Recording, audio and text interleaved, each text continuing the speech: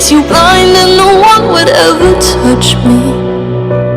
'Cause they know you'd be close behind, only screaming to protect me. And I'd forgive you every time. Baby, don't feel bad, I won't hold you back. 'Cause I know that you're toxic, but I prefer when you're obsessed. It's so psychotic. I know you'll find me if I ever left, but I'm in love with how you make me stay. Hold me down so I won't get away. I want you, I want you, I want you. Want you to love me to death. I'm addicted to your violence. You can always put your hands on me. Don't kill me with kindness. It's your other side I wanna see, and I don't know why I'm like this. Maybe it's the chaos that I need, your distraction that binds us. You can be the man you're meant to be. Baby, don't hold back. You're all I have. 'Cause I know that you're toxic, but I prefer when you're obsessed. It's so psychotic.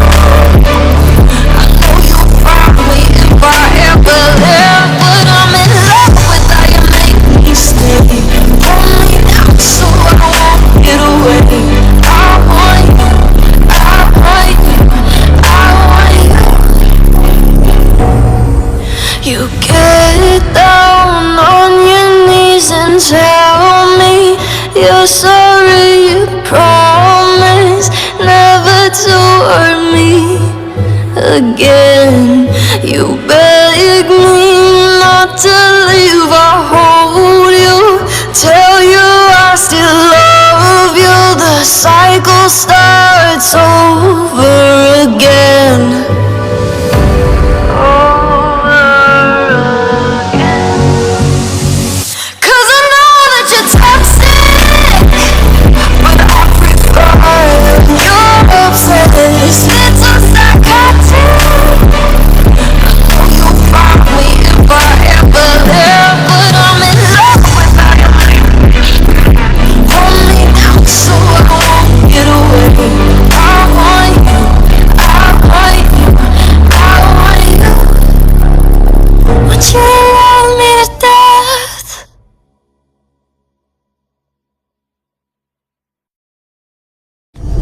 L'or de Mars.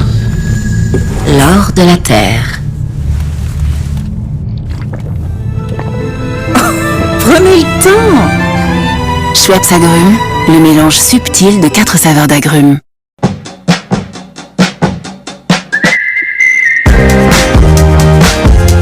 Wanna feel how you hurt me.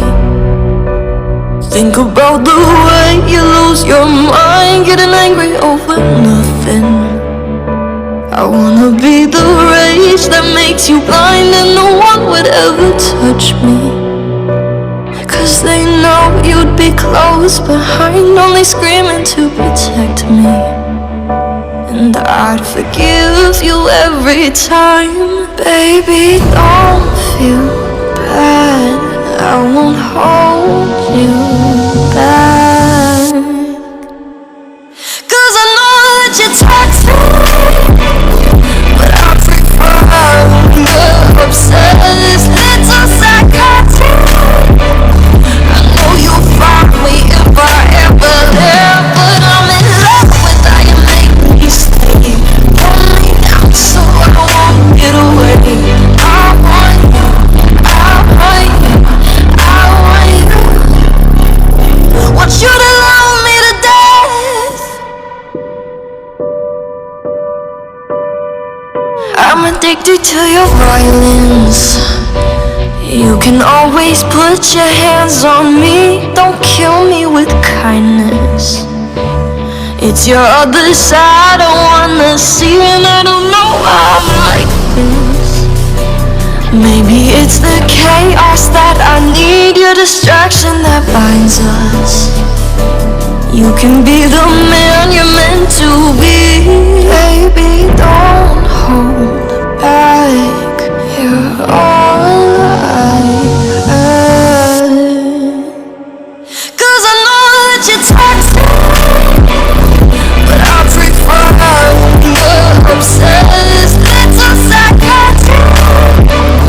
I know you'll find me if I ever left, but I'm in love with how you make me stay. Hold me down so I won't get away. I want you, I want you, I want you. You get down on your knees and tell me you're sorry. You promise never to hurt me again. You beg me not to leave. I hold you, tell you I still love you. The cycle starts over again.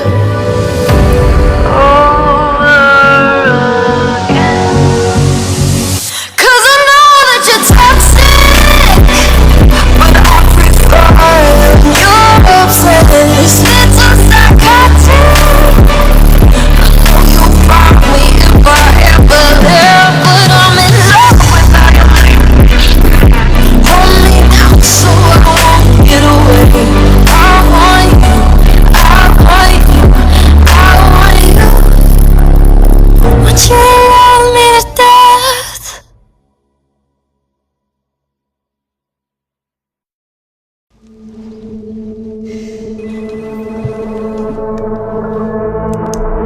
Wanna feel how you hurt me. Think about the way you lose your mind, getting angry over nothing. I wanna be the rage that makes you blind, and no one would ever touch me. Cause they know you'd be close behind, only screaming to protect me. And I'd forgive you every time. Baby, don't feel bad, I won't hold you back. Cause I know that you're toxic, but I prefer the obsessed little psychotic. I know you'll find me if I ever left, but I'm in love with how you make me stay. Hold me down so I won't get away. I want you, I want you, I want you. Want you to love me to death. I'm addicted to your violence. You can always put your hands on me. Don't kill me with kindness. It's your other side I wanna see, and I don't know why I'm like this. Maybe it's the chaos that I need, your distraction that binds us. You can be the man you're meant to be. Baby, don't hold back. You're all I have. 'Cause I know that you're toxic, but I prefer the obsessed.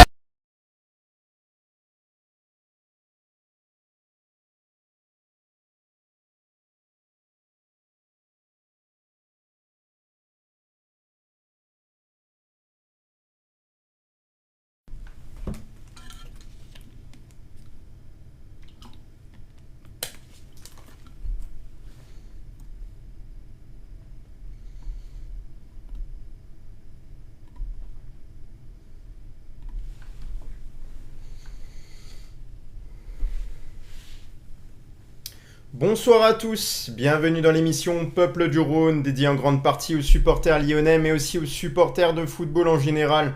Grâce à l'actualité sur le championnat de France, la fraîche Ligue 1 présentée par Grégory Zerbonne. Mais ça va bien au-delà avec l'Europe Arena pour savoir l'essentiel de l'actualité footballistique en Europe, un format présenté par Damien. Et puisqu'on a pensé à tout, vous aurez peut-être la chance de vous exprimer dans la libre antenne en fin d'émission sur le sujet de votre choix. Mais on commencera comme à notre habitude par débriefer l'actualité lyonnaise. Bienvenue à nos animateurs. Aujourd'hui, avec nous, fidèle Damien, Jojo. Salut. Salut les gars, ça va la forme? Ça va et vous? Ouais, ça va chaudement, hein. Chaudement on va dire, il fait très très chaud. Oh non, ça va. Hier soir. Il fait frais chez moi, il fait frais. J'ai pas encore eu l'orage, je vais pas tarder à le voir arriver. Ah bah nous à Dessinière c'était le déluge. Hein. On est bien, moi il fait frais, j'ai tout fermé.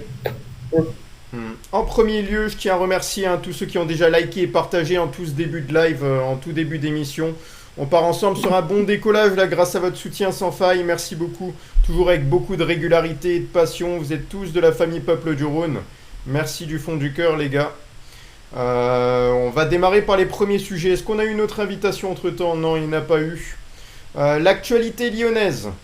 Donc, on le rappelle que hier, tout le monde n'a pas pu forcément parler sur le cas là. Jojo est arrivé un peu plus tard que prévu pour cause professionnelle. Donc, malgré tout, je rappelle que hier encore, on a parlé de la première femme à la tête d'un club de Ligue 1, Michèle Kang.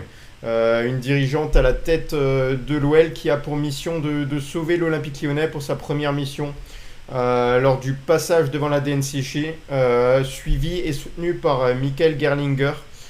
Donc voilà, ça fait partie des objectifs. J'entends déjà une voix. Oui. Il y a Greg. Greg, ok.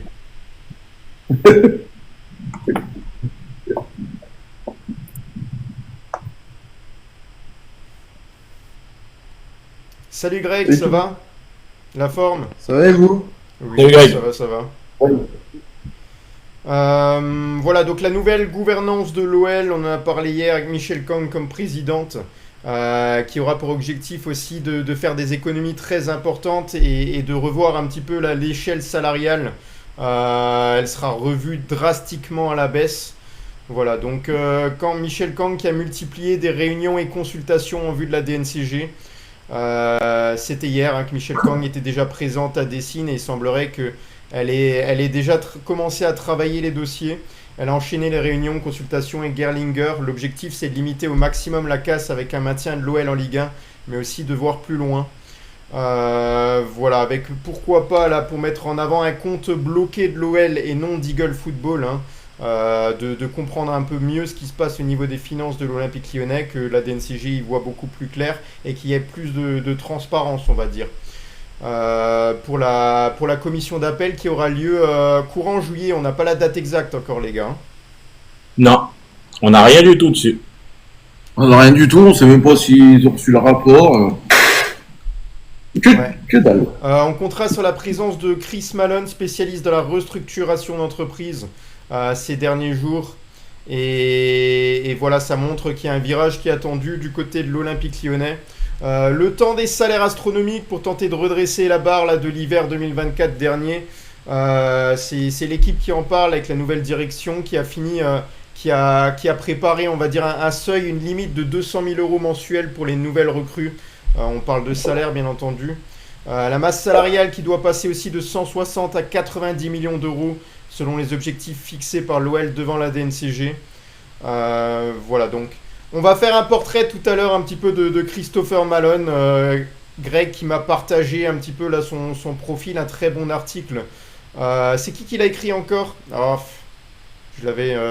c'est un journaliste de But Football Club qui l'a écrit, il est très bien écrit et bien présenté. Corbeau, non? Alexandre Corbeau. C'est ça. On en parlera tout à l'heure. Voilà sur les objectifs de l'OL qui ont été fixés là, petit à petit par Michèle Kang pour rectifier la situation. Je trouve quand même que le plus optimiste d'entre nous, ça reste Jojo là-dessus, qui garde toujours un peu foi en la possibilité de voir l'Olympique Lyonnais rester en Ligue 1. Aujourd'hui, tu te sens un peu plus optimiste à ce que je peux entendre ces derniers jours.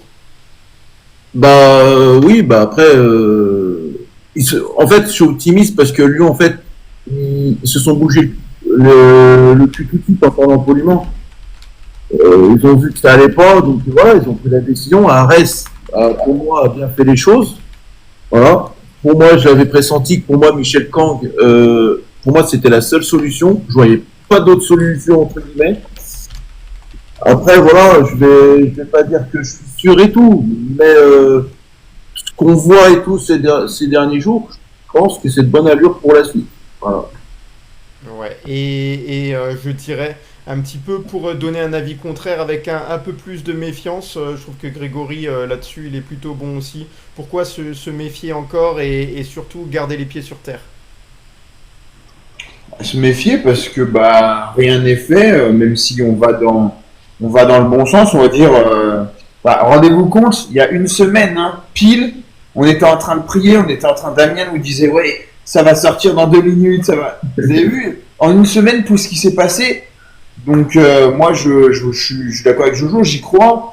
Je pense que le club a les moyens de s'en sortir. Maintenant, bah, forcément se méfier parce que on ne sait jamais ce qui peut se passer. Maintenant, bah voilà, c'est complètement.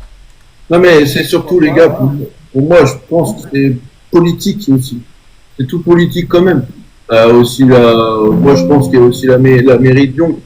La mairie de Lyon qui doit être aussi voilà comme nous, pas comment dire, mais sans réaction quand même de voir un club comme Lyon rétrograder en Ligue 2. Mais de toute façon, le football, surtout que les instances, c'est de la politique avant tout. Hein, donc voilà. Après, la mairie va pas pouvoir éponger Ah bah non, ça bah non. maintenant. Non, mais sur l'histoire de la mairie de Lyon, de la ville de Lyon, ils auraient déjà projeté que si Lyon serait en Ligue 2, ça serait une perte pour la ville de 300 millions d'euros. Ouais, voilà. Oui, non, mais de toute façon, l'OL n'ira pas en Ligue 2, on l'a dit. Le club, le fonctionnement du club est beaucoup trop gros. Donc c'est soit la Ligue 2, soit la fin. Donc, Il y a trop de structures qui est grosse, en fait, qui appartient à l'Olympique Lyonnais. Donc c'est ça le truc. Oui, bah le fonctionnement en lui-même est pas viable pour la Ligue 2. Après, peut-être qu'ils trouveront une solution, mais en tout cas, c'est soit la Ligue 2, soit la Ligue 1, soit rien. Donc c'est pour ça. Maintenant, moi je pense que ils ont fait tout ce qu'il fallait pour y arriver. Après, voilà, je vois pas pourquoi ils y arriveraient pas. Tout simplement, voilà, ils ont quand même mis tout en œuvre. Je pense qu'ils savent quand même, eux, même si nous, on ne le saura pas, de ce que j'ai compris dans les commentaires, ils savent, eux, ce qu'il faut faire pour passer la DNCG. Ils vont se mettre en quête de tout ça. Donc, voilà, tout simplement. On a un avis qui peut être entendu. Hein. Je pense qu'il y en a qui peuvent être d'accord avec ça, pas tout le monde, mais ça peut l'être. Pour moi, la DNCG a voulu aider l'OL en écartant Textor pour éviter de foncer dans le mur. Oui, donc la DNCG a voulu mettre peut-être des bâtons dans les roues de John Textor, mais parce que c'était quelqu'un de malhonnête. Il a pas fait preuve de transparence à travers tout ce qu'il devait démontrer. Et encore une fois, il s'est loupé lors de son dernier passage devant la DNCG. Donc voilà, ça fait partie des choses. Et Arès aussi, qui, on va dire, depuis un bon bout de temps, qui a placé quand même Gerlinger il y a quelques mois. Donc je pense que ouais, il y a peut-être eu quelque chose qui s'est tramé en amont et par derrière. Donc après, voilà, à voir. Et pour la nouvelle stratégie, je sais pas si on va en parler là au niveau des salaires. Ouais, on va en parler bien sûr. Ok. Au niveau des salaires, je l'ai vite évoqué. Hein. Ça, je sais pas si on va le réévoquer. Si, il me semble. Il me semble que j'ai pas mal de choses. Les gars, aujourd'hui, on va essayer de pas trop sortir des dossiers parce qu'il y a énormément de choses, que ce soit autour de l'OL, que ce soit autour du Mercato. Voilà, je trouve qu'aujourd'hui, on est vraiment blindé d'infos. Et on va continuer en faisant le portrait de Christopher Malone, l'homme de l'ombre qui peut faire basculer Eagle. Donc voilà, son nom a rapidement fuité sur le communiqué d'Eagle Football le 23 juin, là, qu'il présentait comme l'un des 5 nouveaux administrateurs du groupe. L'avocat Christopher Malone tient bien un rôle important du côté du groupe et là très clairement autour de l'OL, vu que l'avenir y est, on va dire, décisif et peut être dramatique aussi. Voilà, donc c'est un avocat spécialisé en insolvabilité et en restructuring. Le journal L'équipe l'a présenté comme un spécialiste des projets complexes de financement, de réforme organisationnelle et de rentabilité, ayant déjà travaillé pour Chelsea et le seul à rentrer dans le conseil d'administration de la Bidco, le board opérationnel de la maison mère. Voilà, le cœur d'Eagle Football Holding. C'est le fondateur aussi de Fulcrum Partners, également passé par Lazard Financial Advisory. C'est un Écossais qui, dans son domaine, a plus de 30 ans d'expérience au sein de cabinets d'avocats de premier plan à Londres. C'est aussi l'ancien président de l'Insolvency Liars Association, membre de l'International Insolvency Institute et co-auteur de The Law and Practice of Restructuring in the UK and the US. Voilà, Christopher Malone s'est retrouvé à travailler dans les dossiers les plus médiatiques et périlleux au cours de ce siècle en matière de plans de sauvetage plus ou moins désespérés. Tout au long de sa carrière, Chris a conseillé sur certaines des restructurations internationales les plus complexes et les plus médiatisées, notamment celles de BCCI, Enron, Global Crossing, WorldCom, Eurotunnel, Gate Gourmet, Parmalat et d'autres. Peut-on lire notamment sur sa biographie. Alors il n'est pas là pour l'amour du football, hein, c'est ce qui est dit notamment dans ce très bon article de Alexandre Corboz. Donc dans ces dossiers, on retrouve également des faillites et d'immenses scandales financiers mondiaux dont il n'a pas été en mesure d'éviter la chute, comme WorldCom, Enron ou Palmara, mais aussi quelques belles réussites. Chris Malone siège notamment au conseil d'administration de Swissport, entreprise de fournisseurs de services des compagnies aériennes et aéroports, qui était au bord de la faillite en 2020 suite au Covid et qui est redevenu en 2024 un acteur solide dans son marché avec 3,7 milliards d'euros de chiffre d'affaires, plus 11% par rapport à N-1. Donc voilà, c'est très positif. C'est présenté par le directeur général de Lazard, David Burleson, comme un conseiller en restructuration exceptionnel, avec une réputation impressionnante bâtie au fil des décennies en conseillant sur de nombreuses missions de premier plan. Il a été choisi par Ares Management pour son CV, plus que pour son amour du football. Si l'on se fie à son portrait sur l'une de ses sociétés, l'intéressé est davantage intéressé par le cyclisme, le rameur, la musique, la littérature, le théâtre, mais pas le ballon rond. Donc voilà, sur ce portrait-là, on voit qu'il a énormément d'expérience, qu'il est capable de sauver de très lourds dossiers. Qu'est-ce qu'on peut rajouter, Greg, sur lui? Est-ce que justement c'est une bonne pioche pour Eagle Football et c'est une bonne idée de le placer là à ce rang-là? Une bonne pioche, oui, enfin, beau pioche un peu différent, mais c'est une bonne idée, oui, parce que de toute façon, c'est entre guillemets quelqu'un qui vient pour nous aider. C'est quelqu'un qui, comme on dit, a pignon sur rue. Donc voilà, c'est quelqu'un de très sérieux. C'est pas un John Textor, par exemple, hein. Donc il est carré dans ses dossiers. Il a une mission. Sa mission, c'est d'aider l'OL à passer la DNCG. On verra bien s'il est capable d'accomplir cette mission. Mais en tout cas, c'est plus rassurant de l'avoir. Et puis, comme j'avais dit la dernière fois, le mec, voilà, quoi, tu l'attends pas dans 5 jours. Voilà, il est dans les bureaux depuis 2-3 jours. Il a dû se familiariser un peu avec le dossier. Donc, voilà, il a son objectif en tête, tout simplement. Et il doit nous aider à passer la DNCG et à rester en Ligue 1, tout simplement. Donc oui, c'est pertinent d'avoir fait appel à quelqu'un comme ça, parce que tout le monde dit dans le milieu que c'est vraiment une pointure. Voilà, et Damien, est-ce qu'on peut encore rajouter autre chose sur ce personnage-là, selon toi? Bah écoute, ça a l'air d'être un bon pompier de service, j'ai envie de dire. Donc voilà, tout ce qu'il a fait, on va dire qu'il l'a bien fait. Il connaît le sujet, il connaît les dossiers. Peut-être c'est pas plus mal qu'il soit pas trop amoureux du foot, comme ça au moins il va peut-être s'y donner encore plus à fond, parce que généralement quand on est amoureux de quelque chose, des fois on peut faire les choses mal. Donc voilà, à voir. De toute façon, il faut des personnes compétentes sur ce dossier, parce que depuis qu'on avait l'autre, comme j'ai dit, je dirais plus son prénom, son nom de famille surtout. Donc voilà, il fallait des gens compétents et qui arrivent à gérer ces dossiers-là, qui sont très urgents et importants pour l'avenir de notre club. Donc j'espère que ça va porter ses fruits. Je pense qu'Ares fait pas n'importe quoi. Ares, ça reste quand même des grandes entreprises financières. Donc voilà, eux aussi jouent pas leur avenir, mais je veux dire, jouent un peu leur image. Et on sait qu'Ares, oui, aime pas que leur image soit un peu, voilà, à voir. Jojo, du coup c'est peut-être un peu technique, mais du coup voilà, c'est un portrait qui t'a plu par rapport à ce qu'a besoin l'OL actuellement? Écoute, de toute façon, son métier, c'est voilà, comment dire, il doit faire de la restructuration d'entreprise. Donc son nom, ça veut le nom du métier, ça veut tout dire. Donc voilà, il est pas là, c'est pas un peintre, hein, il sait ce qu'il fait. Maintenant, voilà, tant mieux. Pour moi, tant mieux, il est là pile au bon moment pour remettre Lyon dans le vert, on va dire. Donc j'espère que ça va servir aussi par la suite avec l'appel de la DNCG et pourquoi pas pour le futur derrière. Donc voilà quoi, mais ouais, après Jojo, juste un truc, tu dis c'est pas un peintre, mais il est intéressé par les arts. Peut-être qu'il fait de la peinture. Ah, Peut-être un de ses talents, on sait pas. ouais, tu t'es peut-être trompé là sur ce. non, mais c'est une façon de parler, les gars.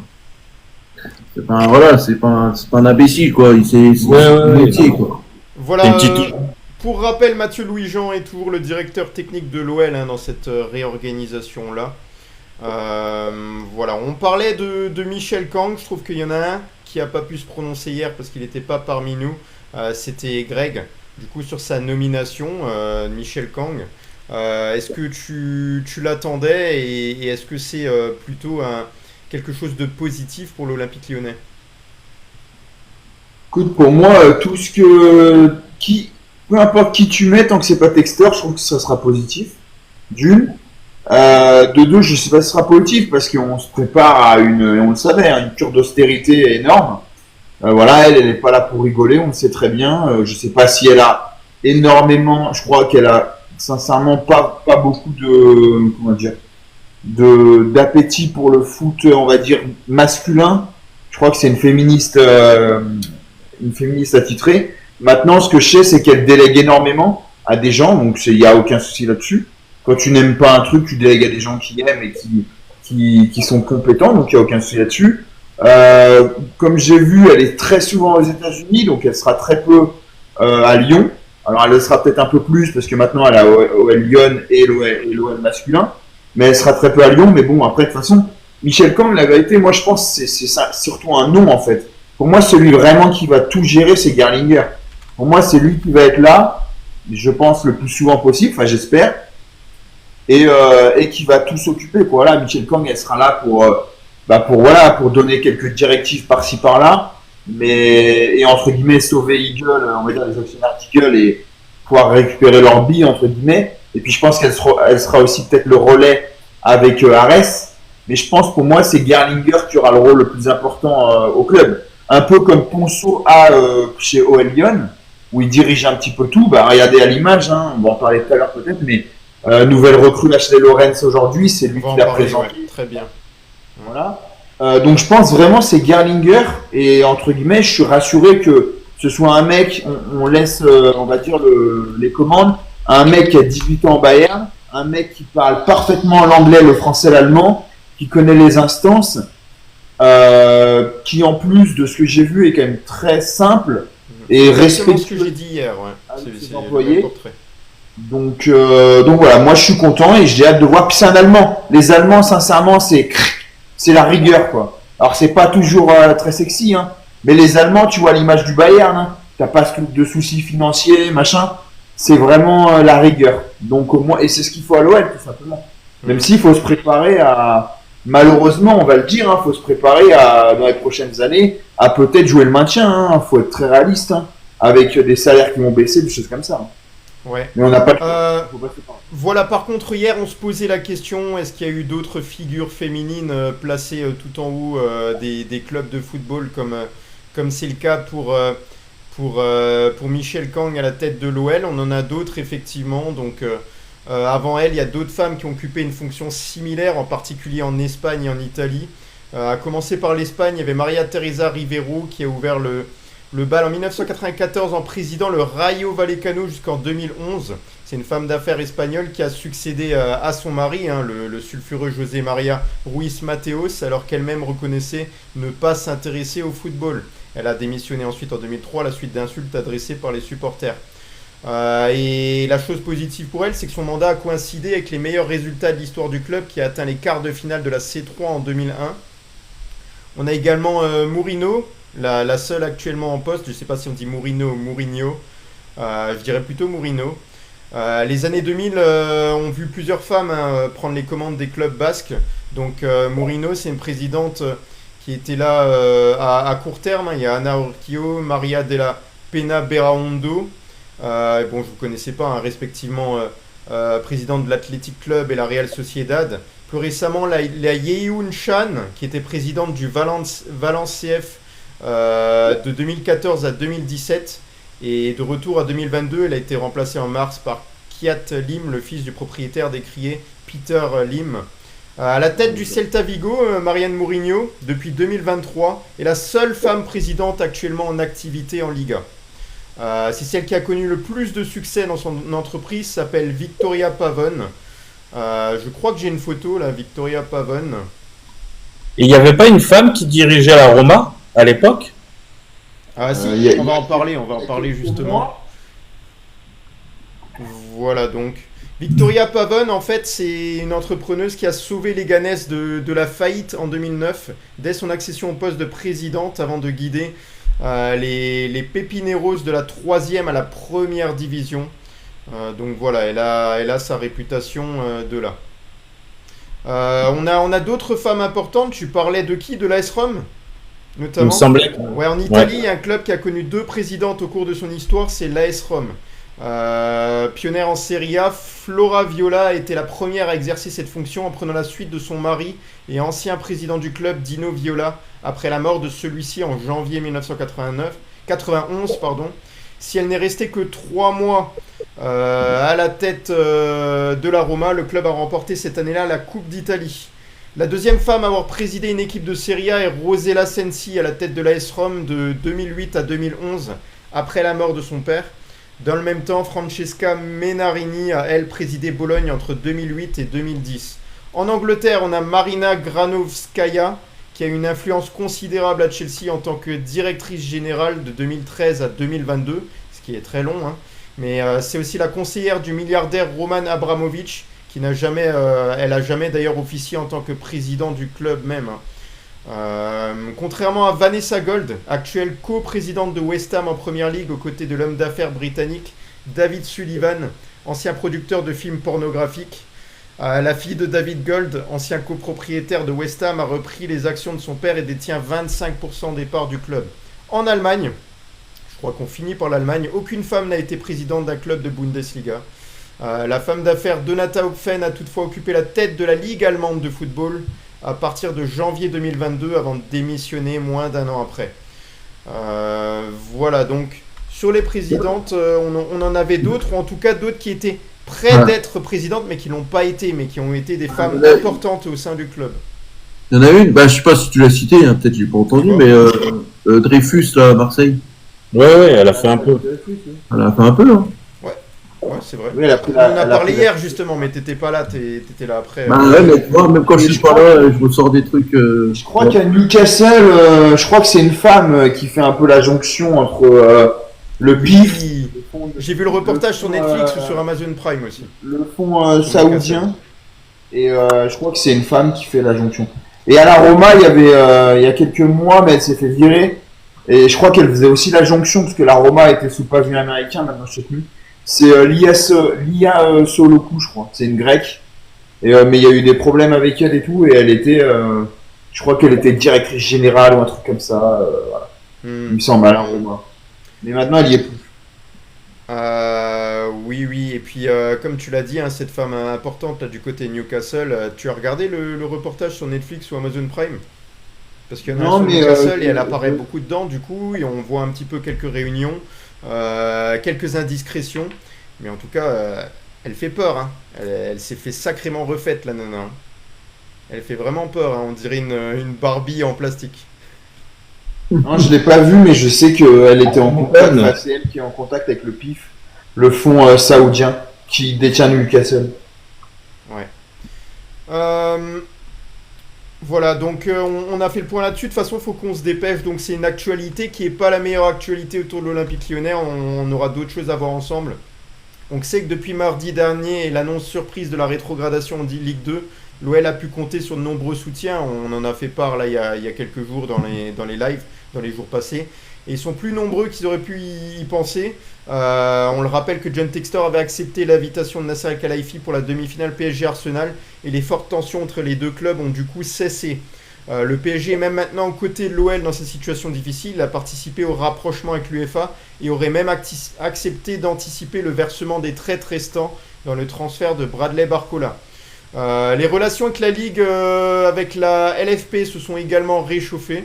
Vincent Labrune étant d'ailleurs venu assister au quart de finale à Manchester, on se rappelle précédemment. Et voilà, donc il y a, on va dire, quelques soutiens qui vont être importants pour la suite.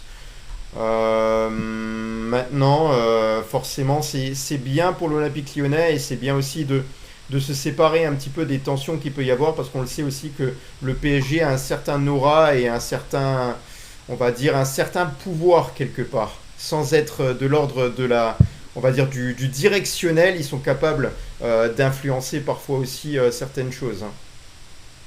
Je pense par leur puissance. Ouais. Après, c'est vrai, on en parle plus dans l'after de ces choses-là, on en parle tout le temps, mais là, c'est vrai qu'on en parle rarement ici. Mais en tout cas, c'est pas le sujet principal. Merci de te remettre à jour.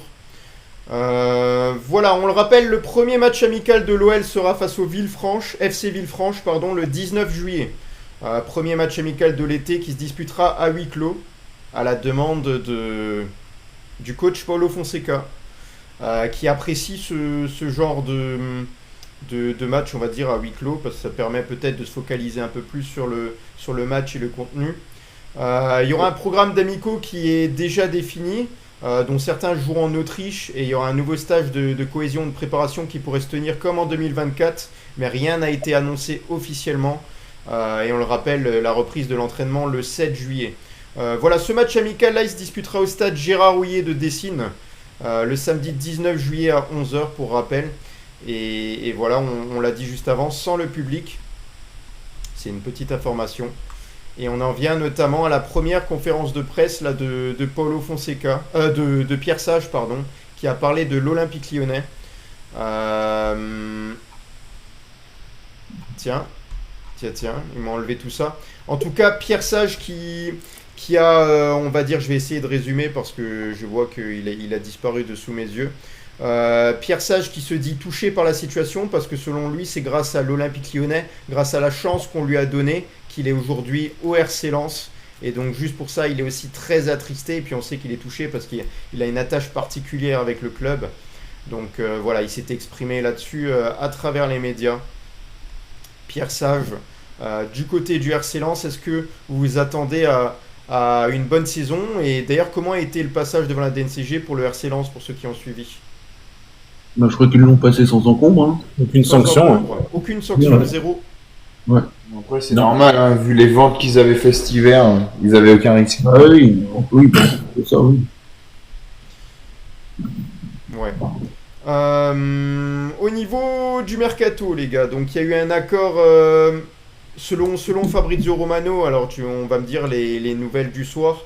Il y a eu un accord OL Nottingham Forest pour Malik Fofana.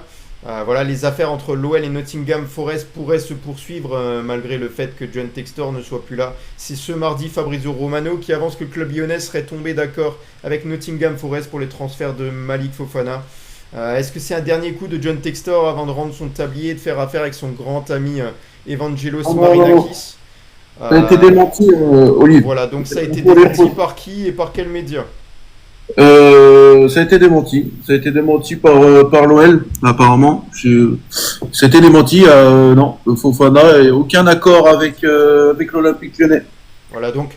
Tout Mercato qui l'a mis aussi. Finalement, on rentre un petit peu dans quelque chose qu'on a déjà dit. Fabrizio Romano, il a de très très très bonnes infos, mais il a un peu moins de chance quand ça concerne l'Olympique Lyonnais. Quand même. Après, c'est qui a démenti, c'est Foot Mercato ou l'OL? L'OL aussi. Mais l'OL où? Parce que moi j'ai rien vu. Hein. L'OL communique que à travers leur site.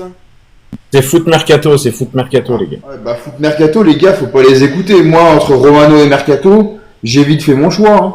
Moi, j'ai rien dit. Je vous dis juste, j'ai l'article exclu, donc exclu. C'est partout, partout que c'est un mec c'est démenti tout, donc voilà. Oui, mais de partout, si tout le monde reprend bêtement l'info de Foot Mercato sans avoir rien.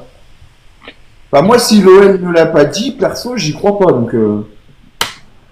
Ouais. On verra, hein. Mais bon, je pense que Romano est bien plus fiable que Foot Mercato, hein. Surtout que Foot Mercato serait pas la première fois qu'il balance des bananes, hein. Donc après faut voir, hein, mais bon. Voilà, mais Olympique et Lyonnais, le site là, ils disent que le départ de Malik Fofana ne fait quasiment plus aucun doute, que ce soit à Nottingham ou ailleurs. Aucun montant n'a filtré concernant ce supposé accord, hein, alors que la direction lyonnaise en demanderait 50 millions d'euros. Quand on sait que Chelsea, Liverpool ou Manchester United étaient avancés comme étant de futures destinations possibles, la piste de Forest est bien moins clinquante en soi et je suis totalement d'accord avec ça. Ce serait surprenant de voir Malik Fofana débarquer du côté de Forest. Ah bah avec tous les clubs avec tous les clubs qu'il y a normalement autour de lui, on annonce Bayern, on annonce Chelsea, on annonce je sais pas combien de clubs. S'il rebondit à Nottingham, oui, ça serait surprenant pour moi, oui. Voilà, et puis on le sait que Nottingham Forest reste pour le moment qualifié pour les barrages de la Ligue Europa Conférence, en attendant de connaître le sort de Crystal Palace. Voilà, il y a également le Bayern Munich et le Napoli qui auraient tenté une première approche pour Malik Fofana selon Olympique et Lyonnais. Voilà, on a d'autres joueurs de l'Olympique Lyonnais qui sont concernés par un départ. On a Verretou qui pourrait se diriger vers le Qatar. C'est le joueur qui a un des salaires les plus importants de l'Olympique Lyonnais. Voilà, donc une porte de sortie se dégagerait du côté du Qatar. Et voilà, on le sait qu'il faut ramener l'OL sur un plan économique loin du rouge et plus proche du vert. Ça se fera pas en un claquement de doigts et l'un des dossiers les plus urgents est de réduire la masse salariale. Nemanja Matic ne sera pas retenu, pas plus que Jordan Verretou, ce qu'on a dit. Et ça tombe bien parce que Verretou aurait trouvé un accord, un terrain d'entente avec Al Arabi SC. Je ne sais pas comment on prononce exactement. Il est arrivé à l'OL en septembre dernier, Verretou. Il fait partie des plus gros salaires du club lyonnais.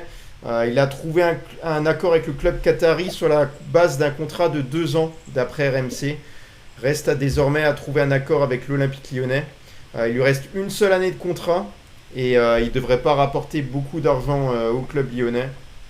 Alors Al Arabi SC, c'est un club où évoluent notamment les anciens parisiens Abdou Diallo et Pablo Sarabia. Et le club ne souhaite pas non plus casser sa tirelire pour Jordan Verretou et on peut comprendre. Dans l'opération, l'OL cherche avant tout à se débarrasser d'un gros salaire, c'est exactement ce que je vous ai dit précédemment. Voilà. Et voilà autour des possibilités de transfert. Jordan Verretou, de toute façon, il n'a pas donné satisfaction sur la saison qui est passée. Hein. Salut Alexis, ça va ? Salut Alex, Salut les gars, ça va? Ouais, ça c'est la bonne nouvelle de la journée. Hein. Moi je suis super content. Super content. S'il veut, je l'accompagne jusqu'à l'aéroport. S'il veut. On attend l'officialisation quand même. Bah, on attend surtout qu'il trouve un accord, quoi. Oui, c'est ça. Bah oui. Bah, après, Foot Mercato, c'est marqué à environ 4 millions. Ouais. Oui, bien sûr. Mais oui. On parlait justement de Foot Mercato. On va vachement le revendre le prix qu'on l'a acheté. Non mais franchement, ils mettent des conneries, c'est incroyable. Ils te disent, ils veulent pas mettre beaucoup. L'autre, on va limite faire une plus-value. Non mais n'importe quoi, mais réfléchissez. Oui, mais je suis d'accord avec toi, mais après on n'est pas au bout de nos surprises avec Textor qui sait pas vendre les joueurs. Donc je serais même pas étonné qu'on le vende que 4 millions pour s'en débarrasser. Non mais 4 millions c'est même trop. Al Arabi a dit ils veulent pas débourser une somme importante. Ils sont pas bêtes les mecs, ils vont regarder le prix de vente qu'on a acheté. Comme qui dit somme importante, c'est bien moins de 4 millions. En sachant qu'il lui reste un an de contrat. Hein. Oui, c'est pour ça. C'est pour ça que 4 millions, voilà, moi franchement pour 1 ou 2 millions, je pense qu'il part. Et c'est pour ça qu'il faut voir si l'OL va à la fenêtre d'entente. Mais franchement, à l'Arabie, il va pas débourser 4 millions, alors que les mecs, ils voient bien qu'on a acheté 4 millions. De toute façon, le plus important, c'est comme a dit Olivier, pour ce joueur, le plus important, c'est qu'il parte pour que la masse salariale disparaisse de ce joueur. C'est très important. Le prix du transfert, même si c'est 1 million d'euros, on s'en fout. Pour moi, la masse salariale, il a un gros salaire, ça dégage. Ah oui. Mais comment il a été possible de payer Verretou autant? Ça, je Je comprends pas. Bah parce que c'était un joueur qui venait de Marseille, qui avait un entre guillemets qui était estampillé équipe de France de temps en temps, et qu'il te fallait un milieu tout simplement, voilà. Voilà. Et que c'est sous texteur. Non, sous texteur, à part Lucas Perry, sincèrement, je ne vois pas de jolis coups. Fofana, mais bon, c'est pas lui. Mais à part Lucas Mais Perry, là, je vois que si des. Fofana il va à Nottingham Forest, là, on est toujours sous Textor en vérité. Et ça, la DNCG, au final, ils vont comprendre qu'ils sont en train de se faire prendre encore plus pour des cons. S'il y a un deal avec Nottingham Forest, c'est que c'est toujours lui qui décide. Alors apparemment, selon Sacha Tavioleri, apparemment le joueur Malik Fofana ne serait pas d'accord, de toute façon, pour rejoindre Nottingham Forest. Donc quoi qu'il arrive, il ne rejoindra pas ce club-là, a priori. Sachant que le joueur... J'espère, parce que c'est la mauvaise nouvelle. C'est la mauvaise nouvelle de la journée. Ça, Fofana, s'il part, on n'a plus aucune compétitivité. On joue le maintien. Mais moi, les gars, j'ai dit comme quoi que si on passe l'appel, pour moi, Michel Kang, elle va construire l'équipe de Lyon autour de Fofana et Tolisso. Voilà. Garlinger, On a... Garlinger. Michel Kang, faut pas qu'il va. Ce que je vous propose, c'est qu'on voit là le reste un petit peu là des rumeurs mercato, et puis on fait le point à la fin. On a notamment Lucas Perry, qui serait dans les petits papiers de Galatasaray. Ça fait longtemps qu'on en parle, et je sais que vous me parlez des journaux turcs qui relaient constamment des informations et qui font croire qu'il y a beaucoup de joueurs qui vont rejoindre la Turquie. Voilà, donc la Serie A s'intéresse au profil du gardien de but de l'OL, notamment l'AS Roma et le Milan AC également. Il y a l'intérêt de Nottingham Forest aussi, d'un club saoudien apparemment, pour Lucas Perry. 15 millions d'euros espérés par l'OL. D'après les informations de beIN Sport, Lucas Perry est une des options étudiées sérieusement par Galatasaray pour prendre la succession de Fernando Muslera, qui a joué de 2011 à 2025, on en avait parlé lors d'une émission. 551 matchs du côté du club turc. Le club turc s'intéresse aussi à Dorde Petrovic, prêté par Chelsea ou au RC Strasbourg, pardon. Le joueur brésilien, lui, ne dirait pas non pour rejoindre Istanbul. Les conditions proposées lui conviennent, selon beIN Sport. Donc la piste Neom refermée, il reste l'intérêt de Leeds, alors que l'OL chercherait à faire fructifier cette concurrence, faire marcher la concurrence pour faire grimper les prix. Le club lyonnais ne souhaiterait commencer à discuter qu'à partir de 15 millions d'euros autour de Lucas Perry. On va en parler. Juste avant, je rappelle qu'il y a aussi Sunderland qui s'intéresse à Mikotadze, déjà pisté par l'AS Roma, Nottingham Forest et l'Eintracht Francfort. On voit Nottingham Forest partout, intéressé de partout sur les joueurs de l'Olympique Lyonnais, étrangement. Georges Mikotadze intéresse également Sunderland d'après les informations de Foot Mercato. Le club tout juste promu en Première Ligue cherche un buteur pour la saison à venir. Des clubs en Turquie comme Galatasaray seraient également sur le coup. Idem en Arabie Saoudite. On rappelle que Georges Mikotadze possède un contrat avec l'OL jusqu'au 30 juin 2028. Sa valeur marchande, alors là, ça varie. Je pense que c'est pas juste. Ça doit être au-dessus, estimé à 22 millions d'euros selon Transfermarkt. Il a marqué 17 buts cette saison et délivré 9 passes décisives en seulement 22 titularisations. Voilà, on sait que pour Georges Mikotadze, est-ce qu'il va faire ses valises ou non? On va également en parler. Tu me diras, on peut faire le point maintenant là, sur ces deux infos mercato, parce qu'après on parlera de joueurs de retour de prêt. Et voilà, donc Lucas Perry, déjà un départ plus que probable, Damien, d'après toi? En fait, il y a un truc qu'il faut bien comprendre, et surtout les spectateurs. À l'heure actuelle, on va tout entendre en termes de transfert olympique lyonnais sur tous les joueurs. C'est normal, les gars. Au vu de la situation à l'heure actuelle olympique lyonnais, c'est normal qu'on entend tout. Tolisso, il y a 2 jours, le club de Neom s'y intéressait. Enfin, bref. Voilà. Donc, il faut faire attention. On va tout entendre. Tous les joueurs vont être pistés par tous les clubs. Nottingham sera sur tous les joueurs, c'est logique. Mais il faut quand même faire attention. Ça ne veut pas dire que tout le monde va partir, que le club va faire n'importe quoi. Non. Maintenant, sur Lucas Perry, j'ai envie de te dire, on verra. On sait que les clubs turcs ont de l'argent. Au vu de leur début du mercato, Perry pourrait partir. Il se dit même, à prendre avec des pincettes, qu'il serait d'accord sur toute éventualité de contrat avec Galatasaray. Donc peut-être qu'il peut partir. Maintenant, on sait que Perry a dit qu'il aimait Lyon, que sa famille s'y sentait bien. Donc on verra maintenant, voilà, il va avoir des rumeurs de transfert tous les jours sur les joueurs. Ça se trouve c'est Nottingham l'accord aujourd'hui, ça se trouve demain ce sera Chelsea, après ce sera Bayern. Enfin voilà, c'est la période de mercato et notre club est dans une situation très très très dure en ce moment, donc voilà, on va tout entendre. Donc il faut pas tout de suite dire que le joueur va signer là-bas, on verra. Il faudra attendre les officialisations. Mais voilà, pour Lucas Perry, il peut partir maintenant, on verra. L'avenir nous le dira. Et ton avis concernant Georges Mikotadze, l'OL doit-il le conserver absolument? Ah bah moi je serais de moi, je ferais une colonne vertébrale Perry, Mata, Tolisso, Mikotadze. Voilà, pour moi ces 4 joueurs doivent être indiscutables à l'OL. Maintenant c'est que mon avis, on ne sait pas ce que va faire l'appel. On sait que peut-être là il se dit que 200 000 euros le salaire. Alors on dirait que Tolisso et Mikotadze ne seraient pas touchés pour ça. Mais oui, moi Mikotadze je le garderais. Parce que derrière tu mets qui Molébé ou l'anglais. Enfin là c'est compliqué quoi. On verra. Je le garderais, oui. Maintenant le joueur il peut aussi décider de partir. De toute façon il est courtisé par tout le monde. Hein, donc, bon. On verra. Ton avis là-dessus, là déjà Georges Mikotadze, c'est un joueur que tu apprécies énormément je pense. Ah bah ouais, mais puis si on vend, on met qui à la place? Ouais, bah oui, Voilà, parce qu'il faut savoir qu'on peut se sauver de la DNCG et rester en Ligue 1, mais on peut se retrouver avec les sanctions qui seront là, et effectivement, ça complique la donne aussi. Bah, après, on peut dire sanctions et tout, mais si c'est vraiment ça qui a fuité en disant qu'il manquait 70 millions pour la DNCG, si je comprends bien, on était à 134, il manquait 41 millions en tout. Ça faisait 170 millions.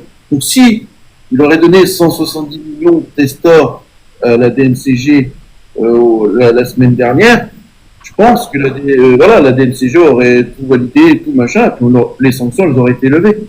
Donc c'est pour ça que l'appel sert aussi à ça. Peut-être que je me trompe, mais moi, si on donne les garanties nécessaires et que la DNCG souhaite, moi je pense qu'on pourra recruter après l'appel si l'appel est positif. Voilà. Ouais.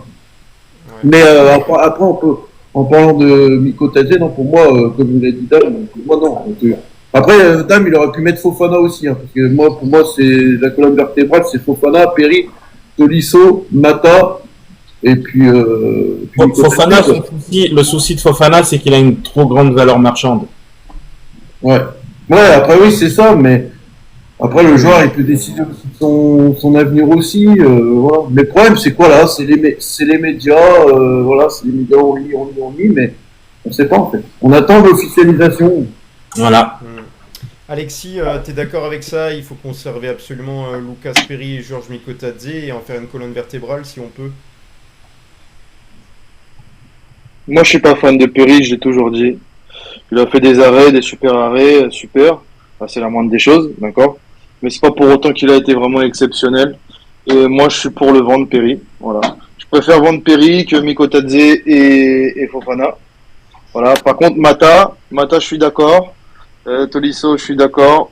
Mikotadze, je suis d'accord. De toute façon, il y a personne d'autre parce que je vois pas qui on va recruter, si on peut recruter. Sinon, tu vas mettre Perret, le jeune. Non, c'est impossible. Et Fofana, il faut le garder. Si on perd Fofana, on joue le maintien. Franchement, on joue le maintien l'année prochaine si on perd Fofana. Et on nous demande de conserver Nicolas Tagliafico. On rappelle qu'il est plus sous contrat lors du jour à l'Olympique Lyonnais. Bah, du coup, il appartient plus à l'Olympique Lyonnais. Si on peut lire en commentaire certains souhaitent conserver Nicolas. Ça va être compliqué. Greg qui a pas pu donner son avis là-dessus. De toute manière, il va y avoir beaucoup de sacrifices du côté de l'Olympique Lyonnais. Bah ouais, mais de toute façon, il faut se préparer vraiment à une cure d'austérité, hein, avec beaucoup de joueurs qui vont partir. Tagliafico, moi j'y crois pas du tout. Hein. De toute façon, tu vas pas. Le mec il va avoir des propositions, il en a déjà. Voilà, il va négocier. Donc, dans quelques jours, je pense qu'il a trouvé un nouveau club. Donc voilà, puis de toute façon, il aura un salaire bien trop important pour le conserver, parce que si on s'en réfère à la nouvelle loi de Michel Kang, eh ben on pourra pas lui offrir un salaire au-delà des 200 000. Donc moi j'y crois pas du tout pour Tagliafico. Perry, sincèrement, moi il y a un truc qui me turlupine entre guillemets, c'est qu'en fait, j'aime beaucoup Lucas Perry. Je sais qu'Olivier, c'est ton petit chouchou. Mais il y a un truc qui m'agace un peu, c'est qu'en fait, alors je sais pas si c'est vrai, hein, mais à chaque fois qu'il a une offre, il est d'accord. Moi, je sais pas s'il aime l'OL, mais à chaque fois, Neom, il était OK pour partir. La Roma, de ce que j'ai vu, il est OK pour partir. Là, il est OK avec Galatasaray. Bon, il pense au pognon, il a 27 ans, il veut mettre sa famille à l'abri. Il n'y a pas de souci, je comprends. Mais au bout d'un moment, si à chaque offre, il veut partir, bah, au bout d'un moment, Lucas, bah, part, parce que non, on va pas voilà, quoi, te retenir. Autant Fofana, on dit, bon, bah, voilà, ou même Nouama, il voulait pas aller à Fulham et tout, voilà, ça prouve que le mec est un peu amoureux du club, il aime le club. Mais si Perry, à chaque offre, alors je sais pas si c'est vrai, hein, mais c'est à chaque fois les médias qui disent, hein, à chaque offre, il est OK pour partir, bon, bah, au bout d'un moment, qu'il parte, quoi, je veux dire, voilà. Peut-être, Greg, il a peut-être peur du futur de l'OL, surtout. Oui, mais bon, c'est le seul qui, à chaque offre, enfin, moi, je vois, est d'accord pour partir. Donc, si tu veux partir absolument, c'est que le club, au final, tu l'as pas forcément dans ton cœur. Après, je le critique pas, hein, je comprends. C'est un gardien qui a 27 ans. C'est un gardien qui a jamais eu un salaire. Attention, ce qui touche à l'OL, c'est très intéressant. Au Brésil, c'était pas un très bon salaire, je pense. Il veut mettre sa famille à l'abri, comme je l'ai dit. Donc, je peux comprendre qu'il, voilà. Mais bon, vraiment, qu'il parte, quoi, s'il aime pas le club ou si, voilà. Et puis, bah, pour Nicolas Tatzé, moi, je suis complètement d'accord qu'il faut pas le vendre. En plus, quand je vois les offres, on parle de 22 à 25 millions. On l'a acheté 18 millions. Enfin, excuse-moi, je pense que tu as un international géorgien qui va peut-être disputer la Coupe du Monde dans quelques mois, qui met beaucoup de buts, qui est star de sa sélection avec Visha Kvaratskhelia et Davitashvili, qui va en plus être titulaire indiscutable à l'OL, qui va donc peut-être jouer l'Europa League si on reste en Ligue 1. Bah pour moi, mieux vaut, si on doit le vendre, mieux vaut le vendre l'an prochain, parce que sa cote va bien plus augmenter, parce que là, si tu l'achètes 18 ou 18,5 à peu près, et tu le revends 22 à 25, franchement, la plus-value, elle n'est pas énorme, surtout que c'est un jeune joueur de 22 ans. Puis en plus, c'est un amoureux de l'OL, lui, voilà, il a dit qu'il aimait au fort. Donc non, moi, je veux qu'il reste, et puis ça nous fait un... Voilà, puis en plus, on lui a promis, entre guillemets, que ce serait la tête de gondole du projet lyonnais offensivement. Donc voilà, après pour Mata, sincèrement, j'ai des doutes. J'ai des doutes pour Mata parce que, étant donné qu'il faut le prolonger, bah, je pense qu'il va falloir lui filer un salaire au-delà des 20 000, des 200 000, je veux dire. Et bah, je pense que Michel Kang sera pas prêt à ça. Il est payé combien là actuellement, Mata? Je sais pas, il doit être à 150, non, j'en sais rien. Non, je crois qu'il est beaucoup moins. J'avais regardé, je crois qu'il a 97 000 euros par mois à l'OL. Ah bah ça va, on peut le prolonger, on lui rajoute 30 000. Mais moi, juste un truc pour rebondir. Allez, pour finir là-dessus. Vous savez, à l'heure actuelle, il faut aussi comprendre les joueurs de l'Olympique Lyonnais, les gars. Ils savent pas où ils vont, ils savent pas ce que le futur du club va être. Même si on leur parle, le football, à l'heure d'aujourd'hui, le football, c'est un monde de business. C'est fini, les Gerrard, les Lampard, les Maldini, les Nesta, les mecs qui restaient pour leur club. C'est terminé. Donc, il faut aussi comprendre certains joueurs parce que si le club, à chaque fois, on entend salaire à 200 000 euros, l'appel n'est pas passé de la DNCG. Donc, il faut comprendre certains joueurs qui disent waouh, pour mon avenir, c'est compliqué. Et puis derrière, le problème, c'est que les clubs font le forcing. Les autres clubs, on va dire, font le forcing. Donc, il faut aussi comprendre la situation des joueurs. Ouais. Je veux bien comprendre, mais c'est surtout que... Allez, pour on Perry, va terminer. Vas-y. Juste pour Perry, ce que enfin après, c'est les médias qui disent. Moi, je suis pas allé lui filer le micro pour lui dire.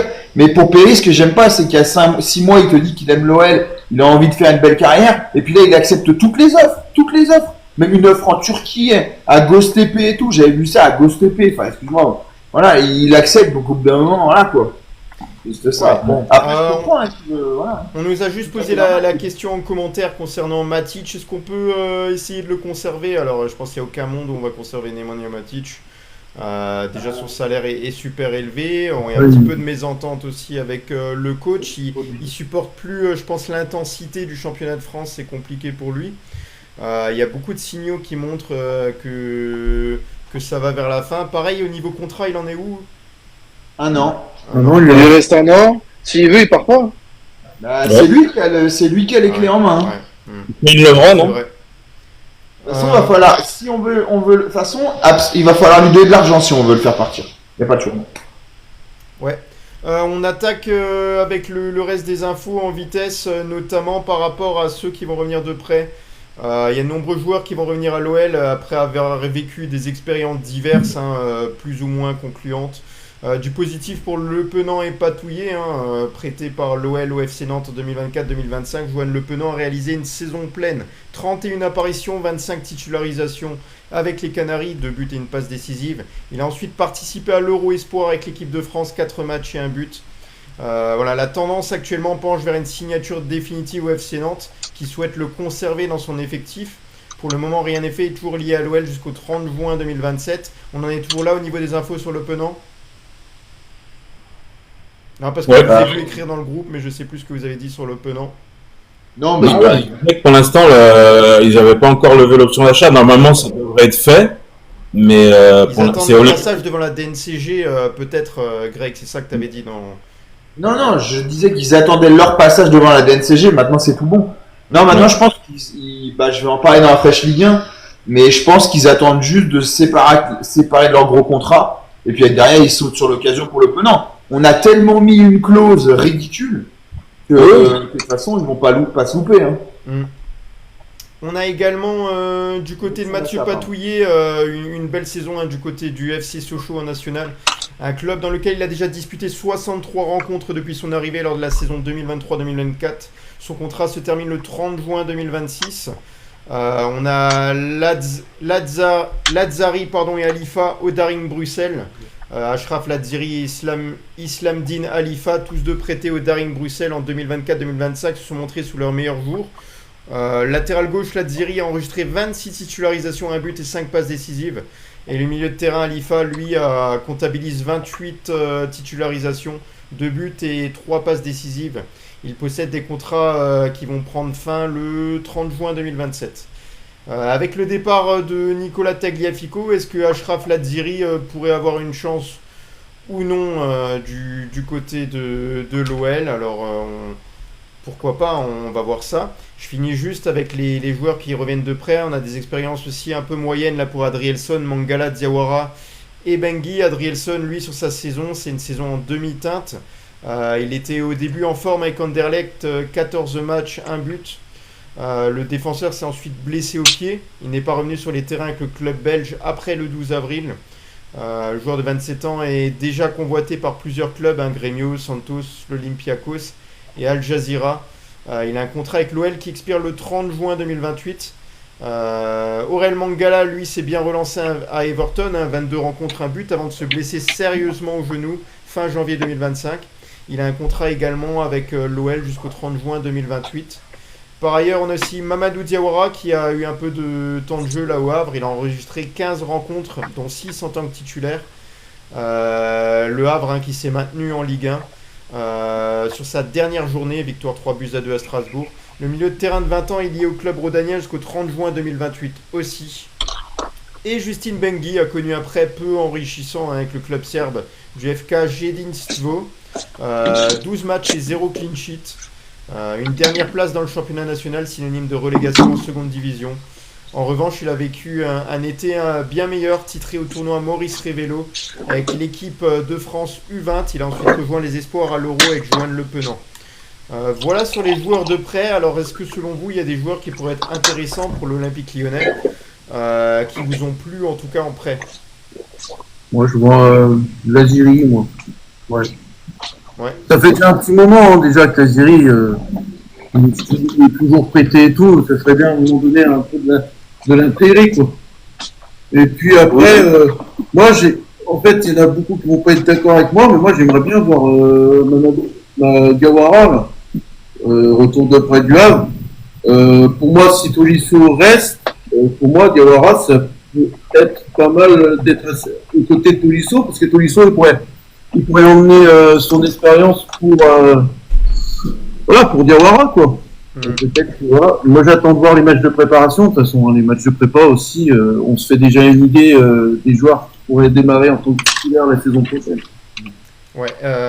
Est-ce qu'il y a d'autres informations que vous avez envie de mettre en avant qui n'ont pas été dites sur l'OL masculin avant d'avoir un tout petit dossier sur l'OL féminin? Jérémy Mounses, il a signé à Queville. Ok. Quevilly Rouen Métropole. C'est ça, et la casette, ça a été officiel à Neom 2 saisons. Ils ont officialisé tout à l'heure vers 18h30. D'accord. Donc il rejoint Saïd Benrama. Et une petite info aussi pour DNCG, là, il y a eu pas mal d'appels pour des équipes. Voilà. Il y a eu début des appels aujourd'hui. Pour Marine. Attention, parce que des équipes professionnelles Des équipes amateurs, hein, je crois que j'ai vu. Des équipes professionnelles n'ont pas la même DNCG que les équipes amateurs. C'est-à-dire que l'OL, que je sais plus qui c'est, je crois que c'était Martigues, il me semble. Non, Marignane. On avait confondu. Oui, mais Marignane, c'est pour les amateurs, justement. Ça que je sais pas. Voilà, donc en fait, c'est pas la même DNCG. Donc en gros, l'OL sera pas, entre guillemets, bloqué par des clubs amateurs pour aller devant la DNCG. Quoi. Ouais. Voilà. Il y a Ajaccio, je crois, qui a fait appel. Oui, Ajaccio a fait appel, ouais. Okay. Il y a Bourcorona aussi à côté de chez moi qui a fait appel aussi, ils attendent aussi. J'aimerais bien que Bourcorona ait raison quand même, parce que ça c'est bon, tous les ans ils sont rétrogradés par la DNCG, ça commence à être barbant. Donc voilà. Bah, c'est notre club de cœur, hein, Sur la section féminine, donc l'OL Lyon, Ashley Lavrance, hein, qui 2 ans après son départ à Chelsea a fait son retour en France, la nouvelle recrue de l'OL Lyon. Latérale canadienne a choisi notamment Olympique et Lyonnais pour exprimer son choix. J'ai juste noté le plus important de sa déclaration. Pour moi, quand on m'a présenté le projet à Lyon, ça m'a directement plu. En plus, je connais pas mal de joueuses avec lesquelles j'ai joué en club et en sélection. Ça parle tout seul. La France est un pays que je connais bien. La ville de Lyon, pas trop. Là, j'ai déjà visité. Elle est vraiment magnifique. C'est une ville gastronomique. On y mange bien. Il y a plein de points positifs et c'est pour ça que j'ai décidé de signer et de venir en France. Voilà sur le retour de 7 joueuses. Je crois que c'est Greg, hein, que tu en avais parlé tout à l'heure. Alors, après, elle a joué beaucoup au PSG. Hein. C'est ça, elle a joué 6 ans au PSG. Ben ouais, Ashley Laurence, internationale canadienne, donc une nouvelle qui vient. Parce que Vanessa Gilles avait quitté le club. Donc latérale, elle peut jouer à droite et à gauche. Moi, j'ai entendu qu'en fait, ça va être une sorte d'échange avec Kelly Carpenter, qui logiquement devrait rejoindre Chelsea. Pour la simple et bonne raison qu'en fait, sa femme, vous savez qu'elles sont mariées avec Daniel Vandedon, qu'on en avait parlé. Oui. Je crois qu'il y a mis une image d'ailleurs. Sa femme est à London City, donc le club de Michel Kang en Angleterre. Et en fait, elle veut la rejoindre. Et étant donné qu'elle elle va logiquement signer à Chelsea, et ben elle la rejoindrait vu que les 2 clubs sont à Londres. Et puis elle retrouverait aussi Sonia Bonpastor. Voilà. On nous demande si c'est un gars l'entraîneur des féminines. Oui, c'est l'ancien entraîneur du FC Barcelone, mais j'ai oublié son nom. Sanchez. Jonathan Giraldez. Giraldez, ouais. Voilà. C'est une pointure, hein. C'est un vrai coach. Enfin, il a gagné des Ligues des Champions et tout. Il était aux États-Unis, au Washington Spirit, l'autre club de Michel Kang. Ça en a 3 maintenant.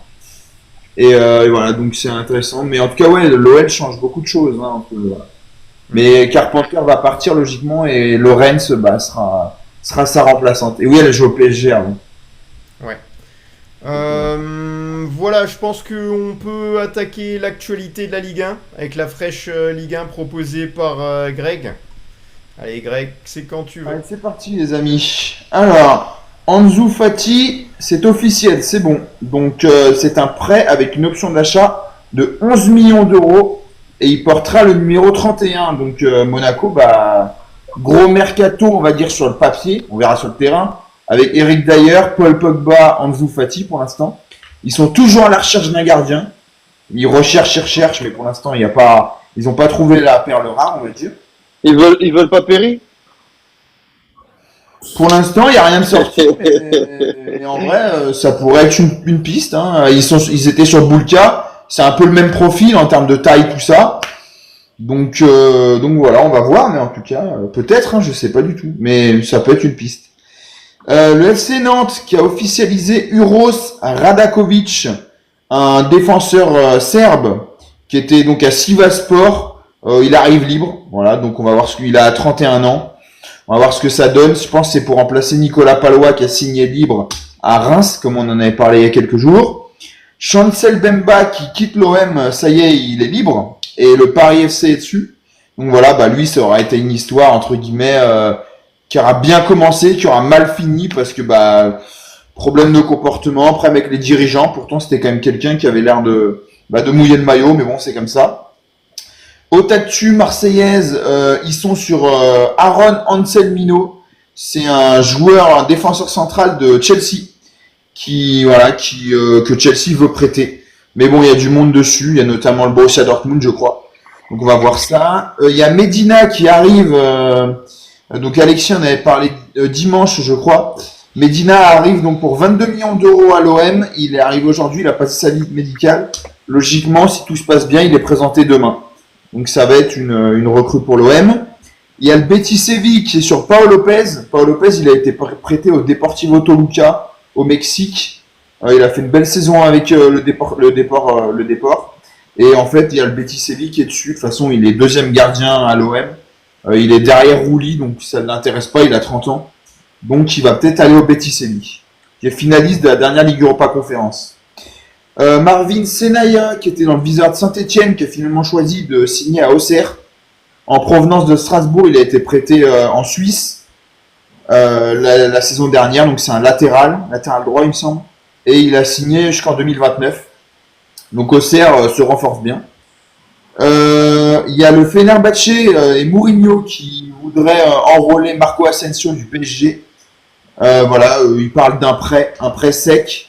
Donc je rappelle qu'Asensio avait été prêté déjà à Aston Villa pour la deuxième partie de saison. Toujours le dossier Zabarni qui logiquement devrait bientôt se conclure. Donc ça y est, Bournemouth a accepté la proposition du PSG de 60 millions. Sauf que Bournemouth en fait cherche son remplaçant. Voilà. Et je billard à deux bandes parce que Bournemouth est sur Bafodé Diakité, défenseur du LOSC. Et voilà, donc si Diakité arrive à Bournemouth, Zabarni part au PSG. Voilà. Mais ça va être fait normalement, Bournemouth et s'est résigné à le lâcher. Faut dire qu'ils ont vendu leurs deux défenseurs, Dean Huygen, qui est en train de jouer avec le Real d'ailleurs contre la Juve. Damien va en parler, je pense. Et donc Zabarni, 60 millions les deux. Et derrière, ils ont vendu Kerkez, 55 millions à gauche. Donc ils ont fait d'énormes plus-values. Ils ont perdu toute leur défense, hein, mais ils ont fait d'énormes plus-values. Voilà, Marcin Bulka donc va s'engager normalement avec Neom. Donc ça va être le futur coéquipier de Benrahma et Lacazette. Voilà, donc Nice devrait en tirer entre 15 et 20 millions d'euros. Et tenez-vous bien, il va toucher un salaire de 10 millions annuels. 10 millions d'euros annuels, voilà. Avec Neom, qui on rappelle est le futur club d'Arabie Saoudite, qui a énormément d'argent et qui avec ce mercato veut, je pense, déjà concurrencer Al Nasser, Al Hilal, des équipes comme ça. Voilà, Nice donc qui va perdre Bulka et Nice a trouvé un accord avec Yevan Diouf pour un contrat. Alors j'ai pas le contrat, j'ai pas non plus le montant pour l'instant. On verra ça, je pense que ça va sortir bientôt. Donc Yevan Diouf du Stade de Reims, hein, qui est descendu en Ligue 2, qui pourrait prendre notre place en Ligue 1, mais bon, on verra ça. Mais en tout cas, voilà, il devrait signer à Nice. On parlait de Nantes avec donc Le Penant, donc Florent Mollet qui quitte Nantes libre. Donc un salaire en moins, Marcus Coco c'est pareil, il quitte Nantes aussi. Donc un autre salaire en moins, donc je pense qu'avec cet argent, à mon avis, ils vont lever l'option d'achat de Le Penant. On verra ça, mais je le vois bien comme ça. Il y a Angelo Fulgini qui est en négociation avancée avec Koka et Elisport. C'est un club turc qui a des ambitions, qui est promu en Super League. Voilà, donc pour l'instant, ça négocie. Fulgini qui a 200 matchs en Ligue 1 quand même. Joueur de Angers ou Lens, je sais plus. Voilà, je crois Lens. Il y a Habib Diarra qui a signé à Sunderland pour 35,5 millions d'euros, bonus compris. Donc grosse plus-value pour Strasbourg. Et donc Bluco. Donc Diarra va découvrir l'Angleterre et Sunderland et la Première Ligue. Arnaud Baudard signe au LOSC. Ça va être le deuxième gardien du LOSC. Voilà, ça a été officialisé tout à l'heure. Pierre Cornu de Saint-Etienne s'est fait au Maccabi Haïfa. Il rejoint donc un club qu'il connaît, il me semble. Hein, je crois qu'il était avant là-bas. Donc en Israël. Je vous avais parlé de lui. Et franchement, il faudrait le suivre. Alors j'espère ne pas passer pour un idiot, mais Kendry Paez, franchement très très gros joueur. Très gros prospect. Logiquement, il va bien arriver à Strasbourg. Avec Mathis Amoudou. Les deux joueurs à partir à Chelsea, ils vont être prêtés à Strasbourg. Et puis j'ai une dernière info Ligue 1 abonnement. Donc ça y est, la chaîne officielle de la Ligue 1 va bien voir le jour. On ne sait pas encore qui va la commercialiser. Abonnement de 14,99€ par mois. Fini DAZN, bonjour la chaîne de la LFP. 14,99€ par mois. Il y a une conférence de presse qui est prévue le 10 juillet prochain.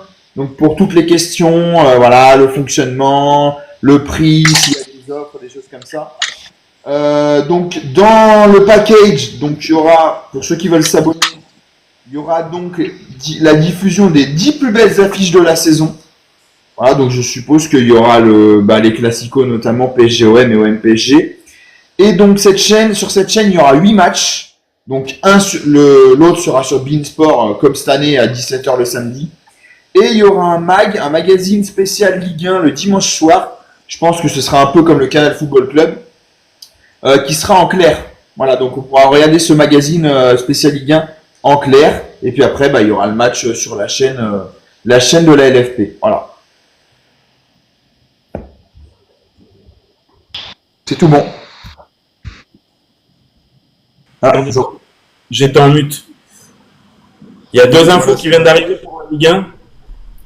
Il y a Viti qui vient d'être officialisé à la Fiorentina en prêt. Donc il était à Nice. Et les agents d'Akliouche sont en train de discuter avec Arsenal. Ok. Bon voilà. Ok. Voilà, je disais merci à Greg pour l'actualité autour de la Ligue 1. Et on va attaquer l'Europe Arena par Damien. Ouais. Allez, c'est parti. Ouais, donc alors comme d'hab, rubrique Coupe du Monde des clubs, énorme surprise. Hier, Manchester City s'est incliné après prolongation face au club d'Al Hilal, 4-3, avec une passe de Ryan Cherki magnifique sur Phil Foden. Ryan Cherki qui n'était pas encore titulaire hier. Il est rentré, pour vous dire, il l'a fait rentrer. Alors j'ai vu ça, j'ai dit ouais, super. Il est rentré, Ryan Cherki, à la 91e minute, donc pendant les prolongations. Donc voilà. On verra ce que ça va donner cette saison. Donc voilà, City est éliminé, donc Al Hilal passe. Là, à 21h, ça vient de commencer un beau match Real Madrid-Juventus. Et à 3h du matin, on aura Monterrey face au Borussia Dortmund. Donc on connaît déjà 3 quarts de finale. Fluminense, Al Hilal, c'est 2 surprises quand même. Palmeiras, Chelsea, PSG Bayern samedi à 18h, heure française, au stade d'Atlanta, un stade magnifique, stade Mercedes-Benz, 71 000 places. On verra si le stade va faire comble. Normalement, ça devrait le faire, on verra. Côté rumeur, aujourd'hui, alors Arsenal, ils sont sur tous les fronts. En ce moment, j'ai presque que Arsenal. Arsenal s'activerait sur le cas Easy de Crystal Palace. Par contre, Crystal Palace en veut 80 millions d'euros. Alors, Easy, c'est un très très bon joueur. Il a fait une très belle saison avec Crystal Palace. Voilà, Arsenal s'active toujours pour avoir des joueurs offensifs, on verra. J'en avais parlé hier, donc ça va être confirmé. L'entraîneur de Porto, Anselmi, a été limogé aujourd'hui. Et je vous avais dit que c'est Farioli, l'ancien entraîneur de Nice et de l'Ajax, qui devrait arriver. Donc, qui devrait arriver demain à Porto pour s'engager. Donc voilà, l'entraîneur de Porto a été viré aujourd'hui. Sinon, on apprend du côté de la Russie, là, du Zénith Saint-Pétersbourg, ils auraient payé la clause libératoire de l'ancien joueur de Marseille, Gerson, qui joue à Flamengo. Donc, une clause libératoire à 25 millions d'euros, et le joueur serait déjà dans l'avion pour arriver en Russie au Zénith. Donc, on sait que Flamengo avait joué ou joue toujours le mondial des clubs, je sais plus, je crois qu'ils ont été éliminés. Non, ils ont gagné. Ouais, ils ont été éliminés par le Bayern. Exact, ouais, je me suis trompé avec. Qui a battu l'Inter. Ouais, qui a battu l'Inter, ouais. Sinon, on a une officialisation du côté d'Aston Villa qui récupère un joueur libre de Feyenoord qui a 19 ans, il s'appelle Redmond. Voilà, donc il s'engage à Aston Villa pour 5 ans. Jeune joueur, on verra s'il sera dans l'équipe pro. Énorme transfert du côté de Crystal Palace, ça va être officialisé demain normalement. Le joueur est arrivé à Crystal Palace, c'est Ousmane Diomandé, défenseur central du Sporting Lisbonne. L'accord a été trouvé hier dans la soirée à hauteur de 55 millions d'euros. C'est un énorme défenseur central. Ça vaut cher, mais honnêtement, je pense que c'est une très très bonne trouvaille pour Crystal Palace. Ça veut peut-être dire que, parce que j'avais l'info sur Guéhi qui est très proche de signer à Liverpool. Donc l'accord est très très proche à hauteur de 40 millions d'euros. Donc c'est sûrement pour pallier ce départ. Mais là, Ousmane Diomandé, c'est un très très bon défenseur. Je pense qu'on va entendre parler de lui cette année en Angleterre. Sinon, on a aussi une officiation du côté de l'Atalanta qui vient d'engager Souleymana, l'ancien Rennais de Southampton, qui est un ailier, 21,5 millions d'euros. Donc voilà, l'Atalanta, de l'argent. On verra ce que ça donne. Je crois demain. Hein? Ancien Rennes ou les Mana? Ouais, c'est ce que j'ai dit. Ouais, ancien Rennais. Ouais. On a Lorenzo Insigne qui était du côté de Toronto en MLS, qui est libre de tout contrat. Il aimerait continuer, mais pour l'instant, il n'a toujours pas trouvé de club. J'en avais parlé il y a plus d'un mois maintenant. Nico Paz qui est à Com, qui était. On sait que le Real Madrid avait une option pour le racheter, comme ils avaient fait à l'époque pour Mariano Diaz à l'Olympique Lyonnais. Du coup, le Real a dit non, donc il devrait rester à Como cette année, donc on verra. J'en avais parlé hier. John Duran. Ouais. John Duran est arrivé aujourd'hui à Fenerbahçe. Donc, du coup, c'est pas un transfert, c'est un prêt. Mais Fenerbahçe va payer son salaire à 10 millions d'euros net par mois. Par an. Pas par mois, excusez-moi. Par an. Donc, il est prêté une année. Donc, le joueur, voilà, on savait qu'il voulait plus jouer en Arabie Saoudite. Donc voilà, il va à Fenerbahçe. Fenerbahçe fait aussi un très bon début de mercato. J'en avais parlé il y a 2 semaines, ça a été officialisé aujourd'hui par Stuttgart, Darvish, qui a jamais joué pro à Barcelone, mais c'est une pépite. Voilà, il est considéré comme, il a 18 ans, il est très jeune, c'est un mi-offensif centre. Darvish, ça peut être très bon. On sait que les jeunes joueurs arrivent bien à s'acclimater au championnat allemand. Donc voilà, il sera cette année au club de Stuttgart. Et là, c'est tombé tout à l'heure, il y a 20 minutes. C'est l'officiation de l'Atlético de Madrid qui engage Ruggeri, latéral gauche de l'Atalanta, pour 20 millions d'euros, contrat jusqu'en 2030. Donc ça a été officialisé il y a très peu de temps par les 2 clubs. Donc voilà pour les infos. Dan, tu l'as dit ou pas? Parce que j'ai vu Fabrizio Romano là, qui disait comme quoi que Arsenal avait relancé le dossier Gyökeres. C'est très compliqué le dossier. Et à Manchester United aussi qui le veulent. Ouais, mais le problème c'est que le président du Sporting est très dur en négociation. Ouais. Le joueur de toute façon il veut faire grève, il veut pas revenir au club. Enfin c'est un gros bordel. Il y a des jeux d'agents. Au Gyökeres, c'est dommage pour l'instant. J'espère que ça va pas ternir sa saison qui arrive, parce qu'on sait très bien que quand il y a des soucis de transfert, le joueur veut signer là-bas mais ça se fait pas, au final il va peut-être signer ailleurs. C'est un bon attaquant, j'espère qu'il va pas être coupé dans son élan, et pour l'instant c'est annoncé à Arsenal, à Manchester, donc c'est compliqué. Moi j'aimerais bien le voir à Arsenal. On verra. Mais c'est un dilemme en ce moment. Ouais, bah oui. Ouais. Donc voilà. On a fait le tour de l'Europe Arena. Vas-y Greg. J'avais un dernier truc à dire, j'ai oublié. J'ai vu ça tout à l'heure, c'est que on parlait de Sunderland avec Nico Tadze. Sunderland cherche bien un attaquant parce que, donc j'ai oublié de le dire, c'est que Sunderland a fait une offre de 20 millions pour Mathis Ablin, offre refusée par le FC Nantes. Voilà, donc Sunderland cherche bien un attaquant. Donc bon, s'ils peuvent prendre Ablin et pas Nico Tadze, moi je leur laisse. Mais en tout cas, voilà, Sunderland est toujours sur un attaquant. Et ils ont du pognon parce que 35 millions Diarra, là 20 millions Ablin, et je pense qu'ils vont monter encore. Ils sont à la recherche d'un gardien. Et ceux qui ont vendu Bellingham aussi, non? Job Bellingham, ouais, c'est ça. Et le coach, c'est l'ancien de Lorient, Régis Lebris. Ablin et Marseille sont sur Ablin aussi, j'ai vu aussi. Ouais, mais ils l'auront jamais, parce que j'ai l'impression que Kita fait vraiment tout. Mais tout, puis pour moi, Ablin, au bout d'un moment, il est bon, mais bon, à 25 millions, je pense que tu peux avoir mieux. Hein. Après, c'est mon avis.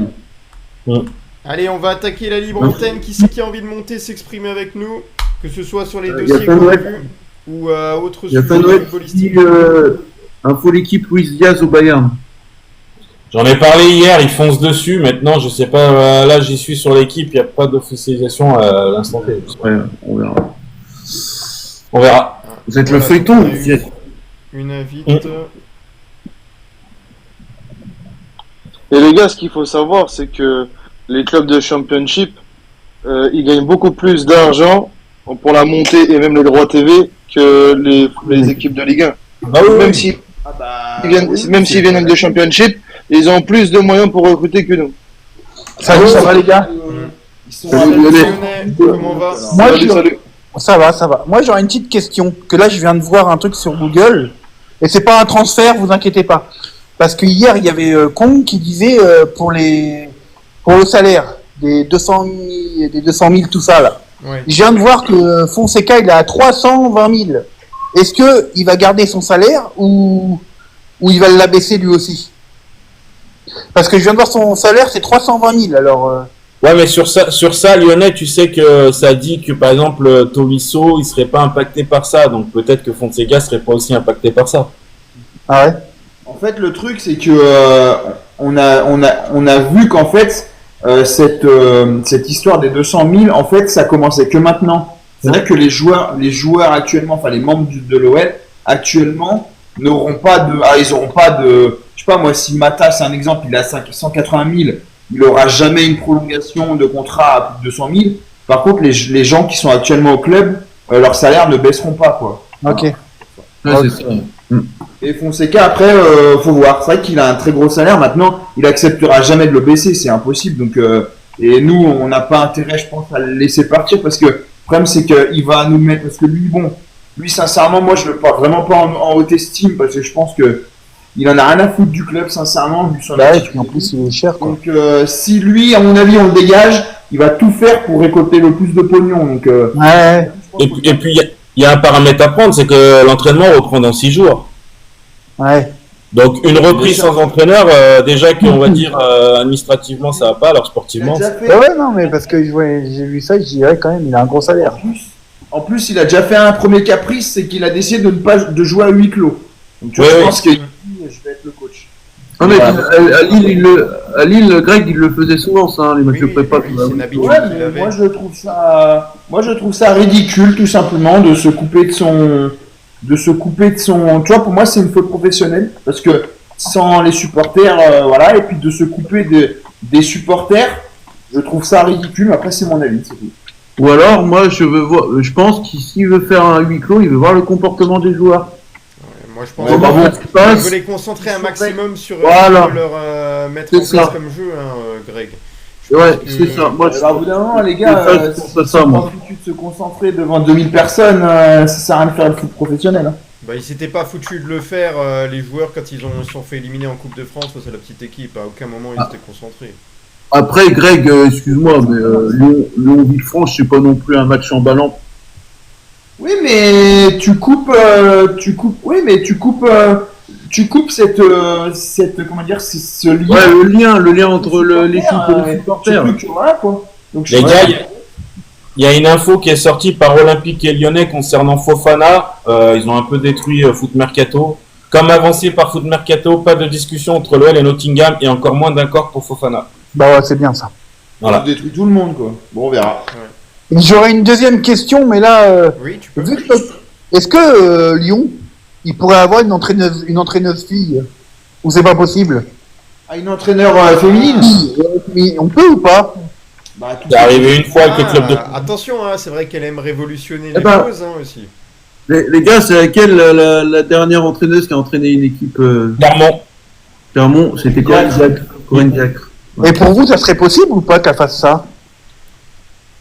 Alors pour moi, du fait qu'elle a envie de mettre un petit peu les femmes en avant, c'est pas impossible. Maintenant, je sais pas si dans le monde du football masculin, une femme s'en sortira. Pourquoi pas? Non, à Lyon, il faut du mordant, il faut un entraîneur qui gueule, une femme, laisse tomber. Non. Avec tout le respect que j'ai pour les femmes, Bah, Adil, il te dirait que Stéphanie Frappard, elle tient bien les hommes. c'est compliqué. Et puis tu les vois aller dans les vestiaires et tout, les mecs tous en caleçon, c'est bon. Ah bah après, faut voir. Hein. Je sais pas. Ouais. C'est rare, hein, mais Ça me paraît quand même. ça me paraît gros quand Tu même. vois, et chercher le Sommer, elle est entraîneur maintenant, le Sommer. Non, elle est joueuse à. Non, pas le Sommer, l'autre, comment elle s'appelle? Camille Abili? Non, bon pasteur. Bon Pasteur. Bon Pasteur. Ouais, bah, t'as Camille Abili. T'as Camille Abili maintenant qui est entraîneuse. Ouais, je sais pas. Ouais. Non, mais c'était juste comme ça parce que. Non mais Lyonnais, je t'aimais bien, mais là, non. Non, Lyonnais, moi aussi je t'aime bien, mais c'est fini là. Bon, en commentaire, Après, moi je veux t'as Ligno en tant beaucoup, qu'entraîneur de Lyon. Dans les Oui, commentaires. J'avais évoqué. Moi, j'aime bien. Et je pense que Sonny Anderson, il va revenir. Ah, Ah, il y en a un autre. Ah, non. Ah, Non, c'est pas possible parce que c'est toujours Textor qui dirige, mais quand même. Hein Il est toujours là. Textor, il est toujours là. C'est sur le papier où c'est marqué président Kang. Mais Textor, il est toujours là, c'est sûr. Et il prendra jamais Juninho, c'est impossible. mais non, Ni Sonny Anderson, ni Sonny Anderson. il, C'est fait plus- impossible. il gère plus l'Olympique Lyonnais, en fait, Alex. Mais, bah, tu verras. On en reparlera. Après, On en il a- parlera. On le fera aussi.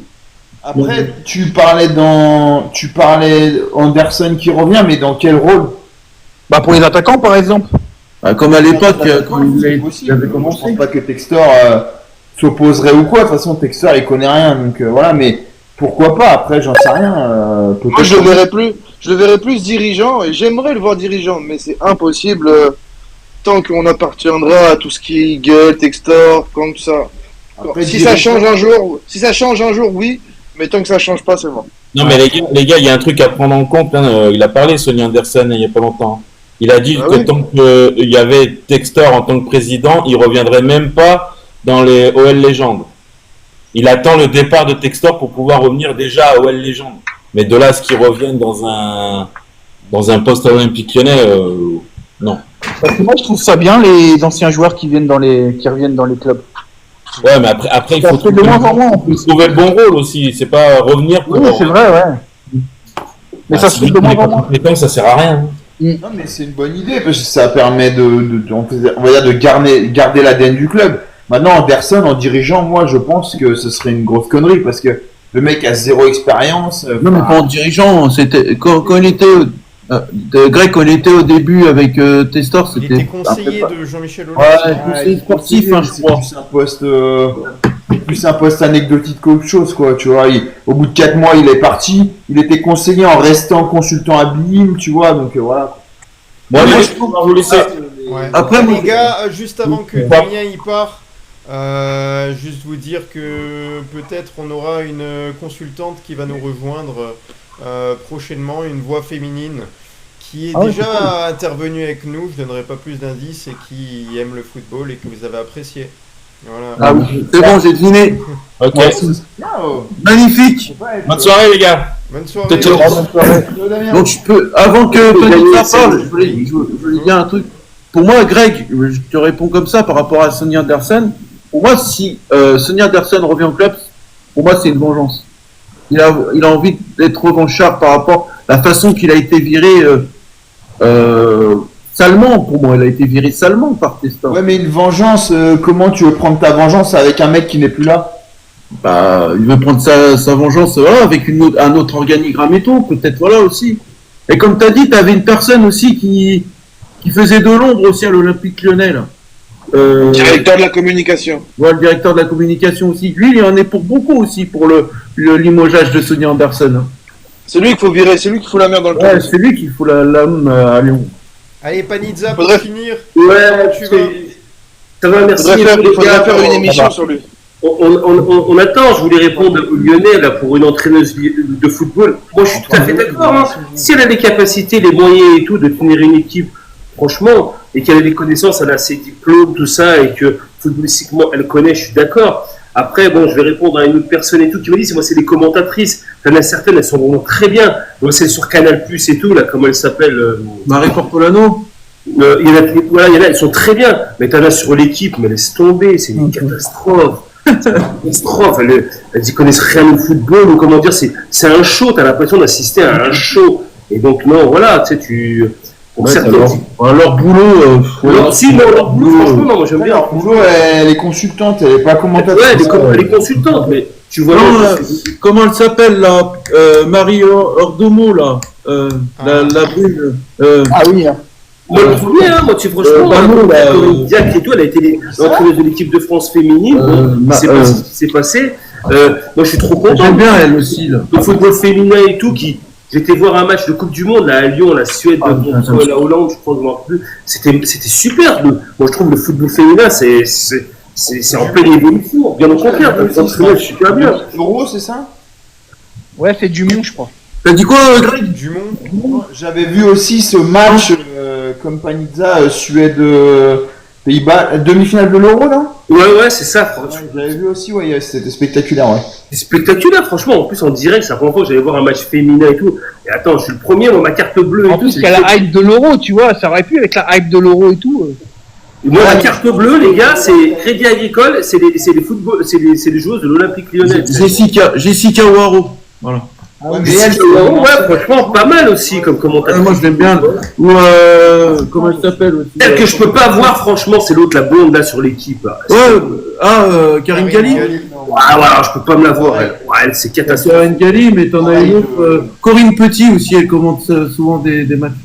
Et aussi, là, parce que sur l'équipe et tout, tu sais, ils font ils commentent les matchs sans les images, là. Tu vois, ils commentent les matchs sans les images. Mais pareil, t'as des commentateurs et tout, c'est du grand n'importe quoi. Et l'immigré parisien. Moi, l'équipe, franchement, j'arrive pas, les commentateurs, l'équipe, hein. J'arrive pas, moi. À l'époque, les gens, ils connaissent pas, mais moi, quand j'étais gamin, je regardais, pas gamin, plus vieux, il y avait Téléfoot, et on avait l'ancienne Miss France et tout, qui faisait Téléfoot. Donc, non, moi, je suis pour. Mais après, pour moi, tu vois, c'est du professionnalisme. Voilà. Que je demande et tout, tu vois, que ce soit pour les hommes, pour les femmes et tout. Si tu les fais intervenir et tout sur du football et tout, soit commentateur ou entraîneur, c'est avoir un minimum de professionnalisme. Ouais. Malheureusement, certaines chaînes, ils l'ont pas. Leur boulot, elle a appris, tu vois, elle a appris et tout. Elle est de plus en plus intéressante. Si on veut s'amuser, les gars, pour vous, les classements de meilleurs commentateurs, pour moi, un des meilleurs, c'est Jean-Charles Sabatier. Moi, je kiffe, j'adore. Ouais, clairement. Moi, je kiffe Jean-Charles Sabatier. Ah, pour les plus jeunes, ceux qui n'ont pas connu, l'un des meilleurs, c'est Thierry Gilardi, quand même. Ah, bah, bien sûr, bah oui. C'est le GOAT, c'est le GOAT. C'est le GOAT, Thierry Gilardi. Hey, les gars, c'est celui qui m'a donné envie de commenter quand je jouais à FIFA, quand j'étais petit, c'est le GOAT. Mais après, Grégoire Margoton sur Canal, c'était quelque chose, les matchs du dimanche aussi, hein. Moi, j'aime bien aussi, hein. Maintenant, c'est des influenceurs, maintenant, qui... Il y a sur DAZN, hein, parce que sinon, pour le reste du temps, c'est quand même des journalistes. Hein, mais par contre, il y en a un qui est en train de se montrer, c'est Adrien Areda, là, de DAZN. Oui, j'aime bien. Allez, les gars, on va se diriger vers la fin de l'émission, elle est très longue, là. On va regarder les meilleurs auditeurs. On a, pour la première fois, quelqu'un qui prend la pole et qui ne l'a jamais pris, c'est l'Aigle. Merci à toi, c'est un nouveau follower qui est en tête de ce classement. On a Fanuel, deuxième, troisième... je me trompe toujours sur la prononciation. Yannoël. Johan. J'arrive pas. Ours Polaire en quatrième place, qui était aussi un nouvel abonné, dont on remercie. On a Alexis là qui est là, il y a Jouvo, il y a Tripici Live et Panizza notamment qui apparaît dedans, et voilà sur les relégables. Voilà, il y a personne que je connais personnellement. Merci à tous. C'est grâce à Juju. Non, c'est un consultant. Mais il commente quand même. Les gars, là, on termine. On a vu le sujet, on a fait la boucle. On est sur une longue émission. On est là demain. Hein. On est là demain, les gars. On va se quitter. Merci les auditeurs. Merci pour tout le soutien. Merci pour les likes, les partages. 43 000 ce soir. Merci beaucoup. Bonne soirée à tous. Allez, l'OL. Merci beaucoup. Allez, n'oubliez pas que la rediffusion est en intégralité sur YouTube, ça fonctionne très bien en ce moment. Merci beaucoup. Ciao, ciao les gones. Peuple du Rhône pour toujours. Bisous. Ciao, ciao.